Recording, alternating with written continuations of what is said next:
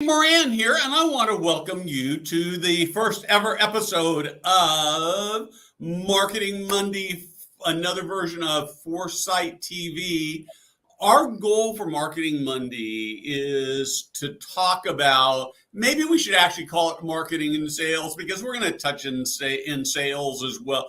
But our goal is to help you as an owner, operator, sales and marketing person have higher occupancy. That's the bottom line, at a lower cost. And once a month, I am going to have my friend Dave Grauel join me with Dreamscape Marketing. And so we're going to go for about half an hour, as we do with Foresight TV. And I'm really, really excited. I have a very different background, as you can see today, because I am keynoting at the leading agent in Florida in a couple days. So I found a little office space to work out of so we could talk together today. Dave, welcome very much. I'm done all the talking, so I'm going to shut up now. Let's just talk a little bit about you, about Dreamscape Marketing, kind of your history in the senior living space. Sure. Thanks, Steve. Well, thank you for having me. First episode, no pressure, right? Okay. So, I like what you just said, because that's something I talk about with our sales team a lot, is that marketing is in service of sales. We work together. We work, we are absolutely in unison to achieve one goal. So I don't ever like to think of it as separate. I found we have a great situation at Dreamscape where we work really well together and we play our parts. So I like that. But and I think my goal for this and having this conversation is to disarm and demystify a little bit. I have been in marketing for 20 years. I have been in 5 different industries, and I think each time you learn your industry, right? And this is the first time where I've gone from big umbrella marketing to digital marketing, which is a subset. So I get the joke all the time. What is it like to market a digital marketing agency? And so that's interesting. And I think where I can be helpful to this conversation, and that's really the goal here, is to be that person that kind of reflects what's going on out there in senior living. We went through a once in a lifetime event that kind of accelerated digital marketing, and as a big umbrella marketing guy, agency guy, or in-house guy, having to learn what's different about that, having to learn the value of that, having to learn where that fits in, and having to learn the technical process, because marketing, I come from a creative background, but digital marketing is very much science, right? There's definitely an art to it. Don't get me wrong. I've seen some amazing things be done, and we kind of downplay it because, okay, it's math, it's science, it's getting our words to talk to the Google algorithm. But at the end of the day, when we're passionate about the industries we work in, and we're in healthcare, and Dreamscape's in different parts of healthcare, but, senior living included, those ones and zeros, that math and that art, creates a connection between somebody's major life choice. And so that's where I see that's where I take my, accomplishment from, right? That's what I like to do, is know that the work we're doing is the best connector between community and resident. And that's where I take my value from. So I really love that, Dave. I think that one of the things that it becomes really easy to forget, particularly when we get in this marketing sales. It's all about money and numbers and moving people in and reducing costs per leads and all those kinds of things. But what we're really doing is actually critically important, because we're talking about ultimately helping people make the right decision for the rest of their lives. Right. And this is really a very critical thing for people. It makes the difference between having a great rest of your life or a not so great rest of your life. And senior living is terrific. I mean, we've got these great buildings, right? So you guys actually first came into senior living like 3 years ago, right? Correct. And your timing was amazing. Couldn't have been better. Could not have been better. So talk to us about sort of that experience. Well, real quick. So I came into Dreamscape fall of 2019. We'd already been in other healthcare verticals, for our entire existence. But senior living was a great match for us. Everything seemed to line up right. And so we were tasked with, planning a 2020 coming into senior living. And so we did all our homework over the winter. We got all our ducks in a row, and we got to go to one senior living event before the world shut down for 2 years. So amazing, right? Yep.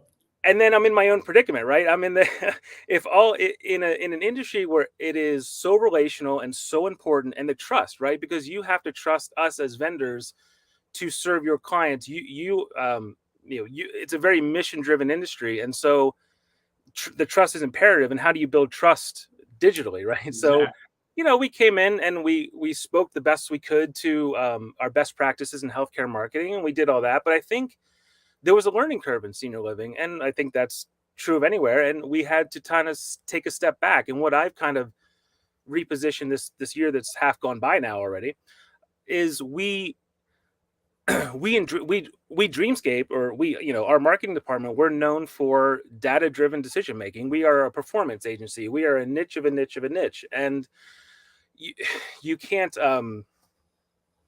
well, I should say it this way. We are known for that in other places of healthcare. And I think we did not take a step back at first and go, we need to go on the listening tour first. And so that's what we've been doing this whole year. We went to Leading Age in the fall, Argentum in the spring. We've been through, different events, and it's just been amazing. The reception we've got is amazing. The kindness we've gotten is amazing. And finally getting to make those in-person connections that's been everything. Yep. But yeah, we had the bumpiest of entries because, COVID. So, Well, but yeah, and you're in such a part of the business that's so relational, right? And then to not be relational, but I actually want to. It wasn't sort of necessarily a part of our original script, but I just want to touch on one thing that you actually did during COVID that was honestly, it was brilliant.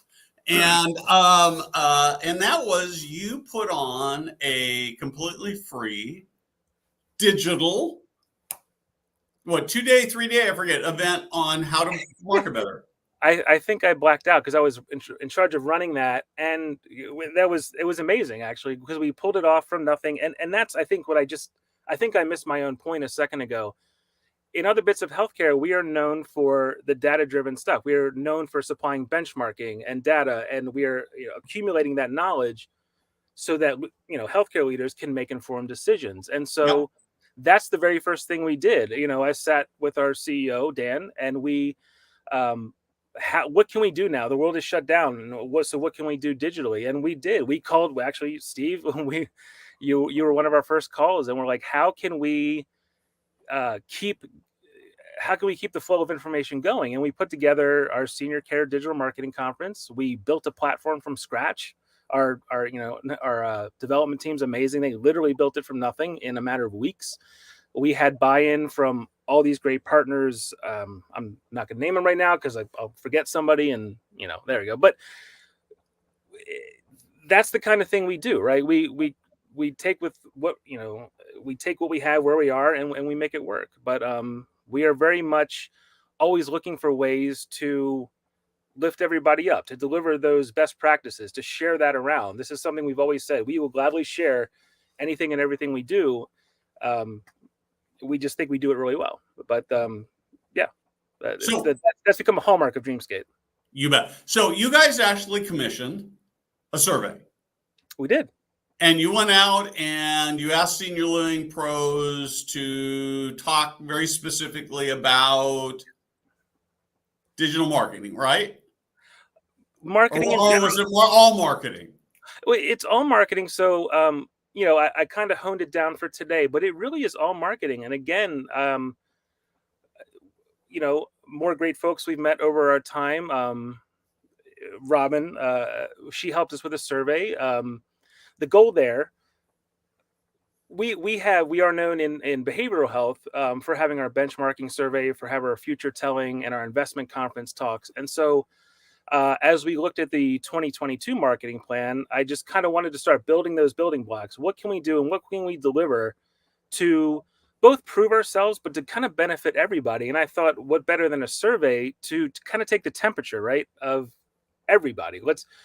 We all get in these silos. We all get burdened down in our day-to-day job. We all get under so much stress. And I think we lose sight sometimes of, asking for help. It's okay not to be okay. It's okay not to understand this. It's okay to be on a learning curve. We're all on the same learning curve. And that's, again, what I want to get across. But I thought the survey would be a great way to use our time so that we could release something to the industry. So you could see, if you're in your silo, heads down, just trying to work and get it done and achieve these goals that your community has, to be able to look out and see what other people are doing or not doing. And just having that information as a baseline, as a temperature take, I thought that would be, I think that was the most beneficial thing we could do. And so we launched it at Argentum. It's been open, since then. It's just closed. So we're now trying to pull in, we are pulling in the initial results from it. And it's been interesting. Some we expected, some we didn't. But, very shortly, we'll be sharing it out as a complete published survey. And I would encourage everybody to download it and read it and then keep the conversation going in general with us, with everybody. But yeah. So the first thing I want to say is we're actually going to talk about some of the results right now. And we are going to make available an executive summary that you can download, that you can see, obviously not the complete results, but some of the findings out of it. And so we're going to give you a number you can text in a little bit. So hang in there with us. And shall we actually take a look at some of what you found? Sure, absolutely. Yeah. Okay. So the first one that you talked about, I don't know that we actually should we try to put it up on the screen? Sure, go ahead. Would you like let's see. Would you like to try it, or shall I? Yeah, why don't you try it? Okay. All right. So this is, let's see if I share. Oh, no. Is it? Wait a minute. We're having some. There. Is that the one you want? That's not the right one. I didn't think so. I don't think we actually have the that one up right now. Hang on a second. It's showing in my little box there. Oh, is that right? I don't see it there. Maybe you can see it. Maybe only you can see it. Can you just click on it and see if it pops up? Yeah. Let's see what happens. This is so exciting. Yeah. Let's see. Well, that doesn't seem. At one point in time, I thought I saw it there. Yeah, I did too. It's just hanging out there in the little screen down there. Oh, wait, there it is. I got it. Here, how about that? Hey, nice. No, and so I tried to pull points that were, digital marketing specific, because I think that's our wheelhouse. That's what we want to talk about. But I kind of wanted to paint the picture of in brief this time, where we stand, why we did this, and where we stand as a group, and what is and isn't going well. So let's talk about, I'm actually really curious about this. So one of the things you talk about is experience level. Yeah. And tell me what you found and what you find interesting about it. Well, this one's real straightforward, I think. We had, of all respondents, we had a 43% come back as novice. And so I just think that's a good stage. I think we need to know, and I know a lot of times when we go out, when we speak at trade shows and things like that, we really want to know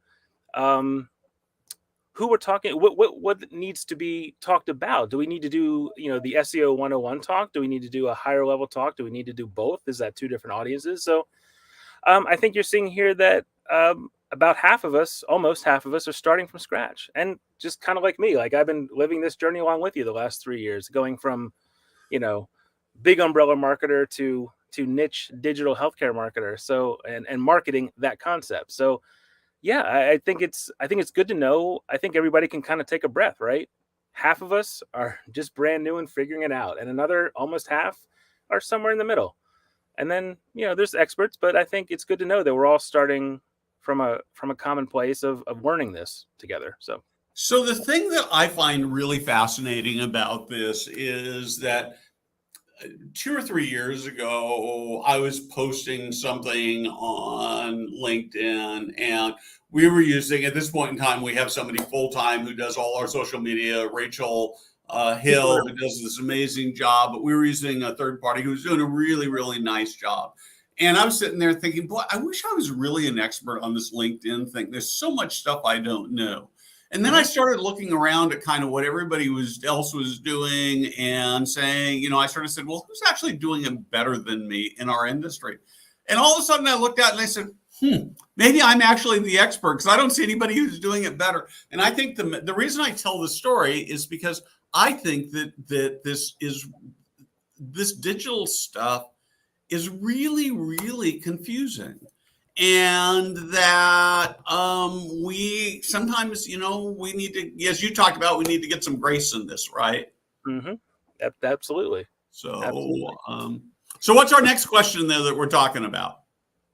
Well, I kind of wanted to walk through this in a kind of like a big picture to little picture scenario. Okay, then let's do it. Take us where would you like us to go next on this?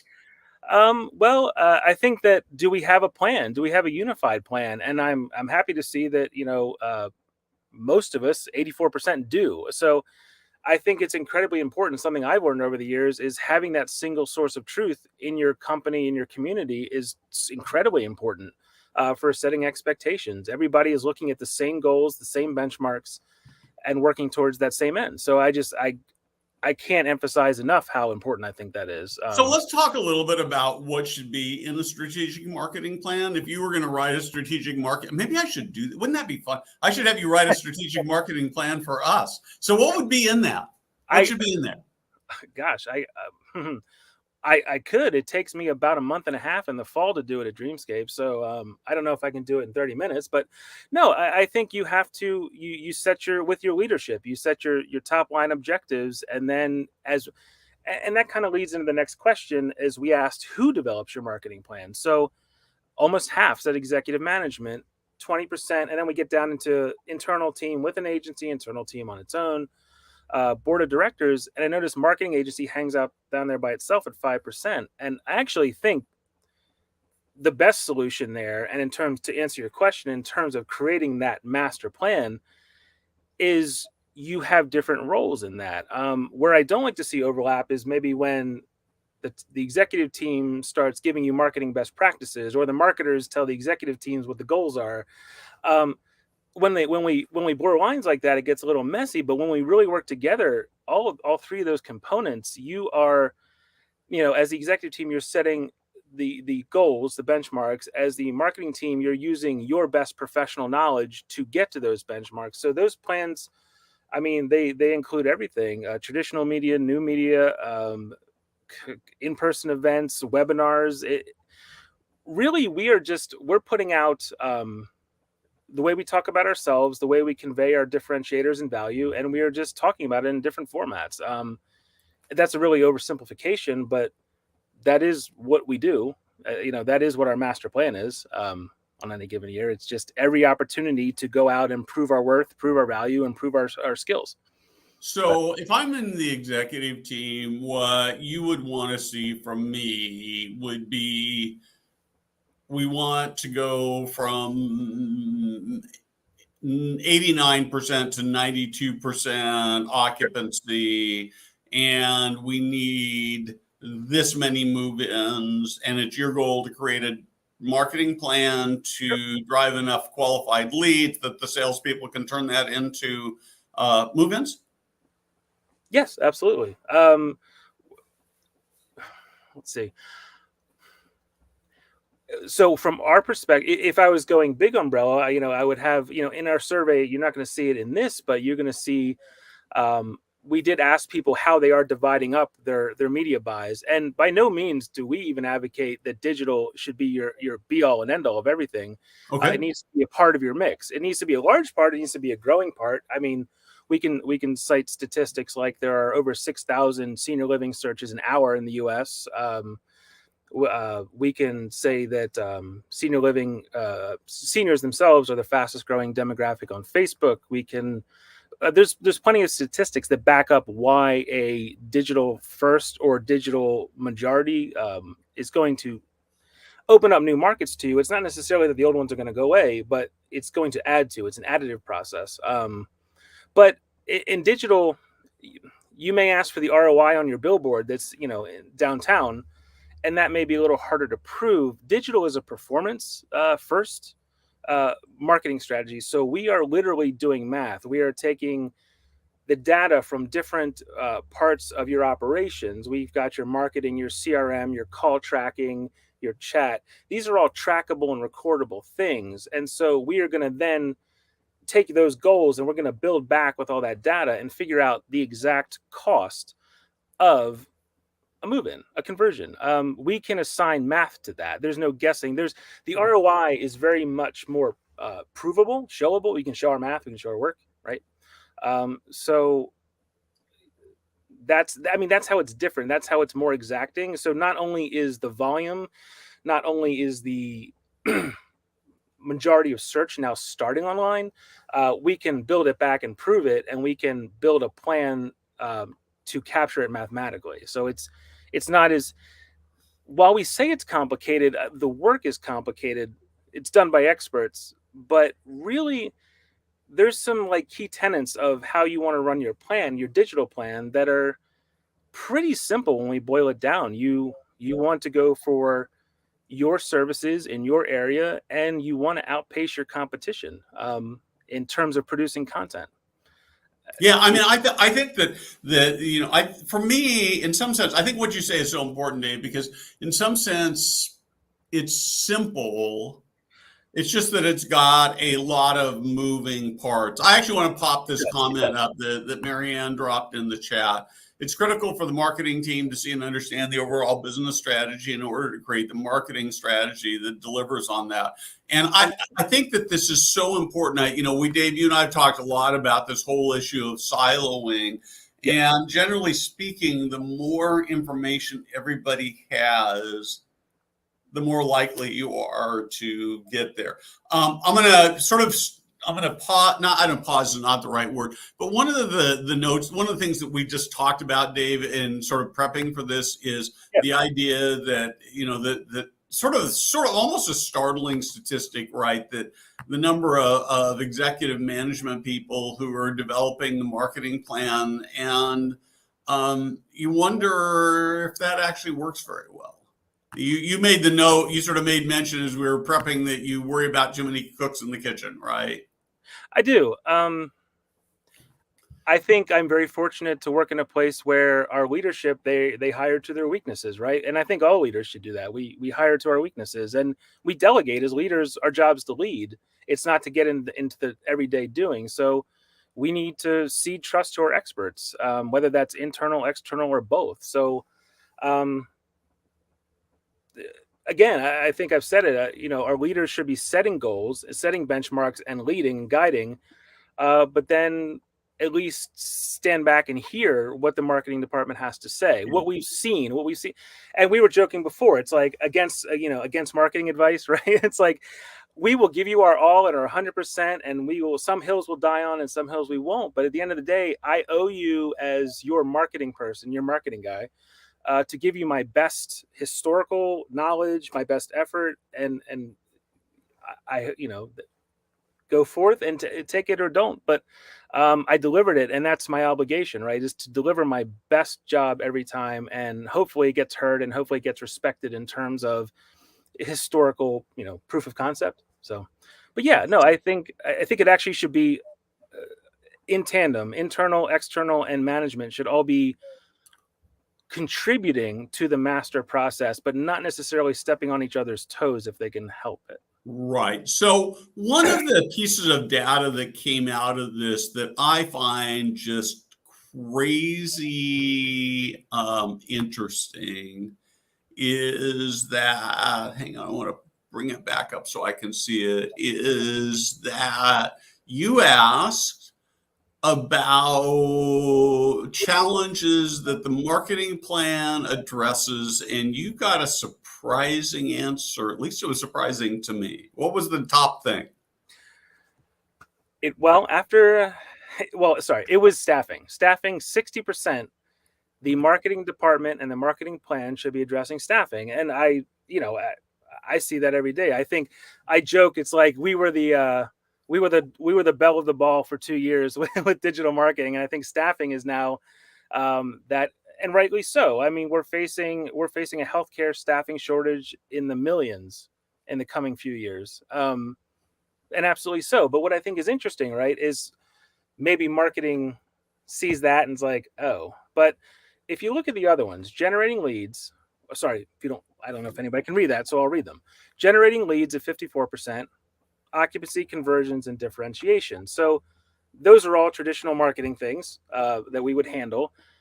But if you think about it, and I'm not saying, look, there are great companies out there who do staffing full time. I don't want to step on their toes per se either. But where marketing can step in is lead gen, occupancy, conversions, and differentiation. Marketing those things to your future staff is absolutely something marketing can help with and should be helping with. That's right.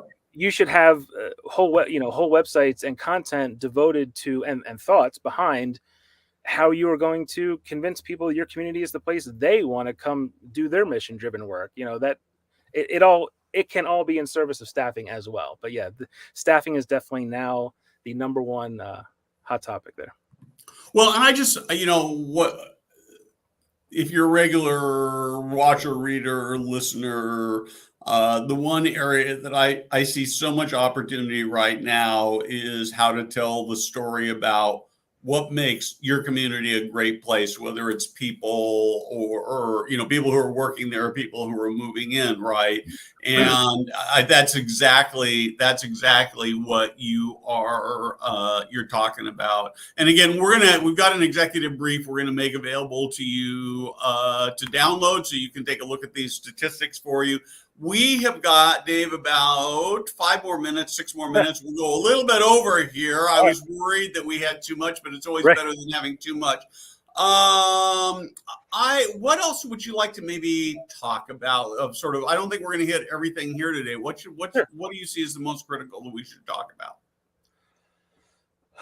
Well, I think that differentiator issue comes up a lot. Is like everybody, when you live in your own space for so long, you kind of become numb to what sets you apart and things like that. So I'll get teased a little bit. I'm the creative marketing guy, the heart on the sleeve. I don't believe in, I shouldn't say I can't impugn a whole marketing concept, but like everything to me is storytelling. Humans are storytellers by nature, and that's how I see our jobs. Yeah. Period. Full stop.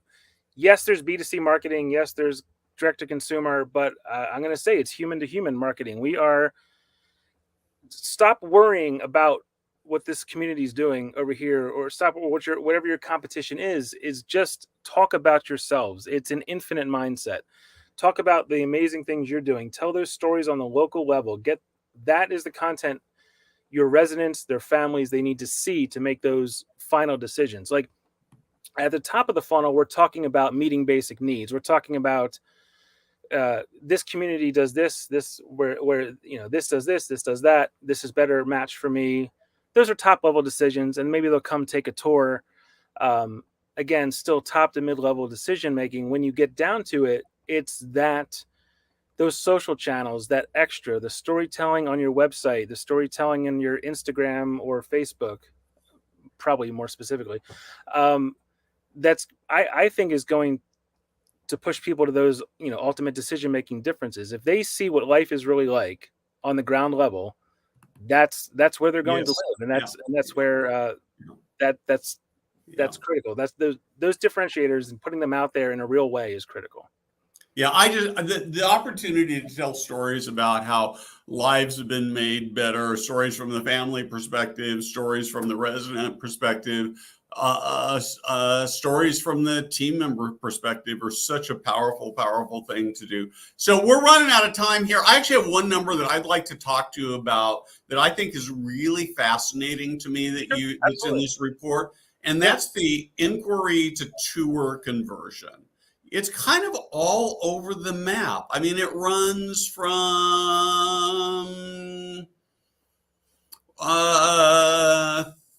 what do we have? 2% to 34%. Can you talk to me about what makes the difference? Okay, so ultimately, yes, we're seeing a heavy, we're seeing 68% hanging in the low percentages.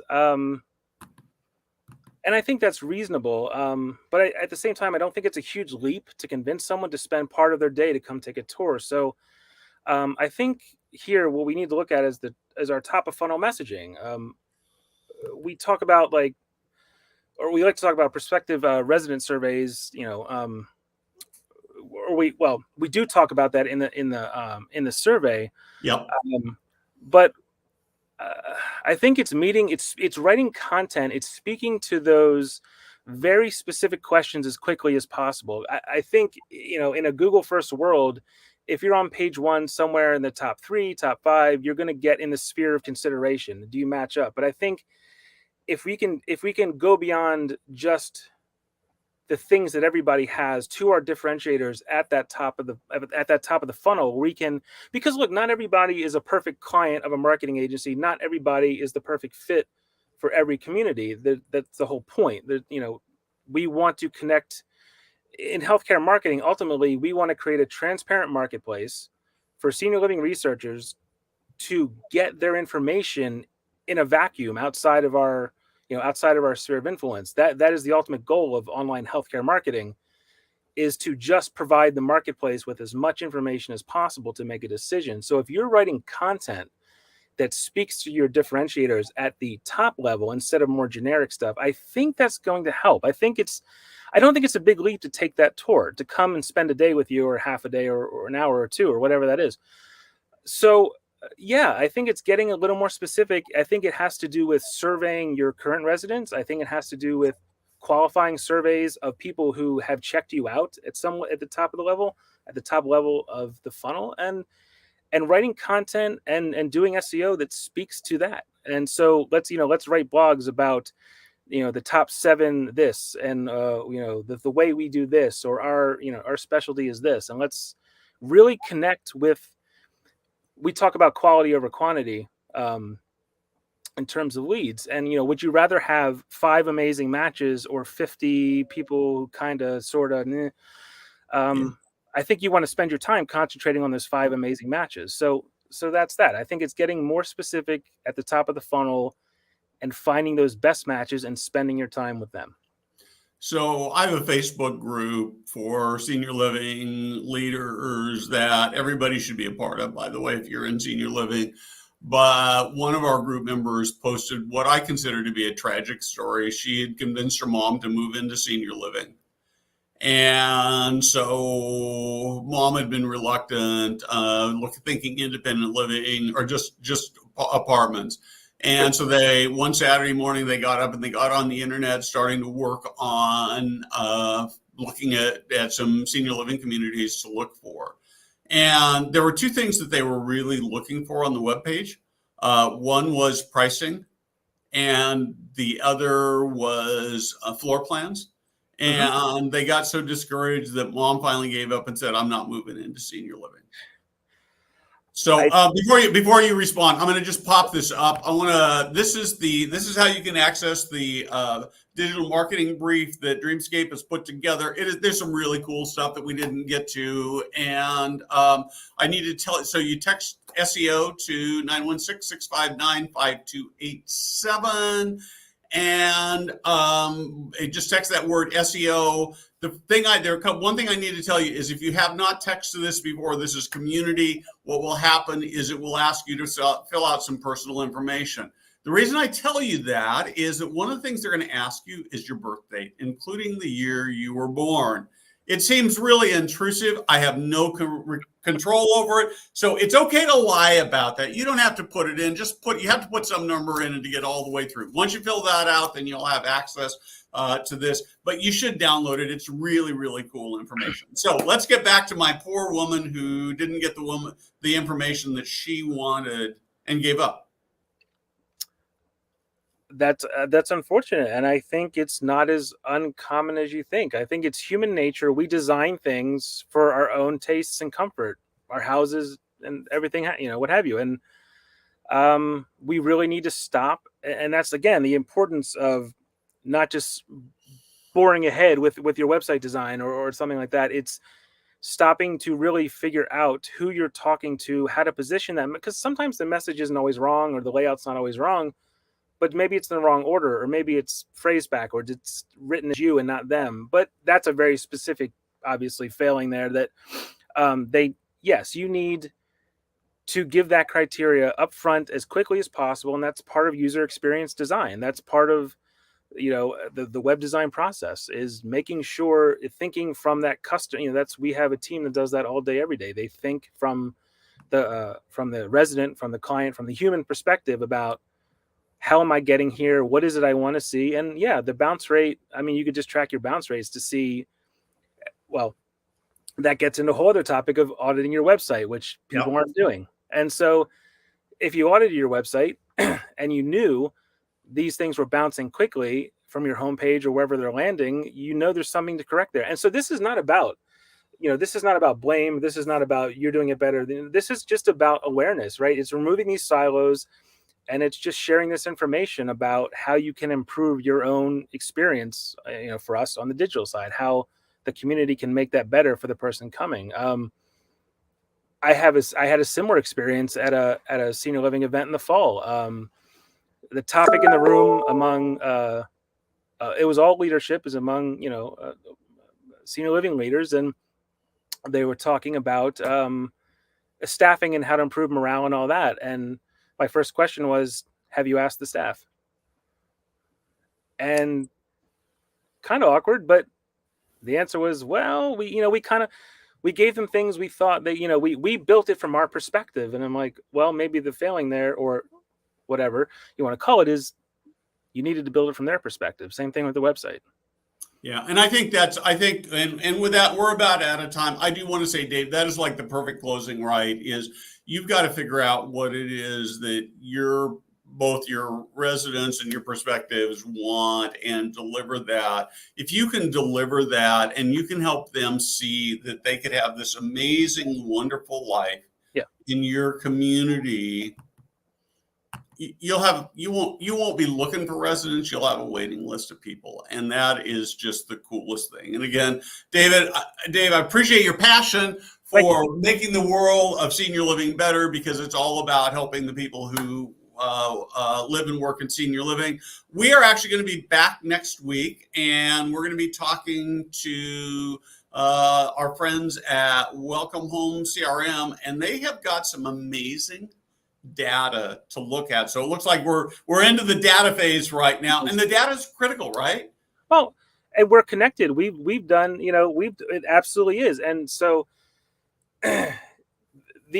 so there's the creative guys like me who tell your story, but then there's the data guys, and we don't have to guess about any of this stuff anymore, because when we connect with people with Welcome Home CRM and chat and surveys and all these other solution providers in senior living, when we share data, that makes your marketing even stronger. That's what we kind of call the continuity of operations. So yeah, we would take information that Teddy has at Welcome Home CRM, and we'd use it to make your marketing stronger. And conversely, he can take our marketing and go in his CRM and make it all the much better. So when this data is all shared, when we remove these silos, everybody wins, period. You bet. Absolutely. Dave, thank you very much.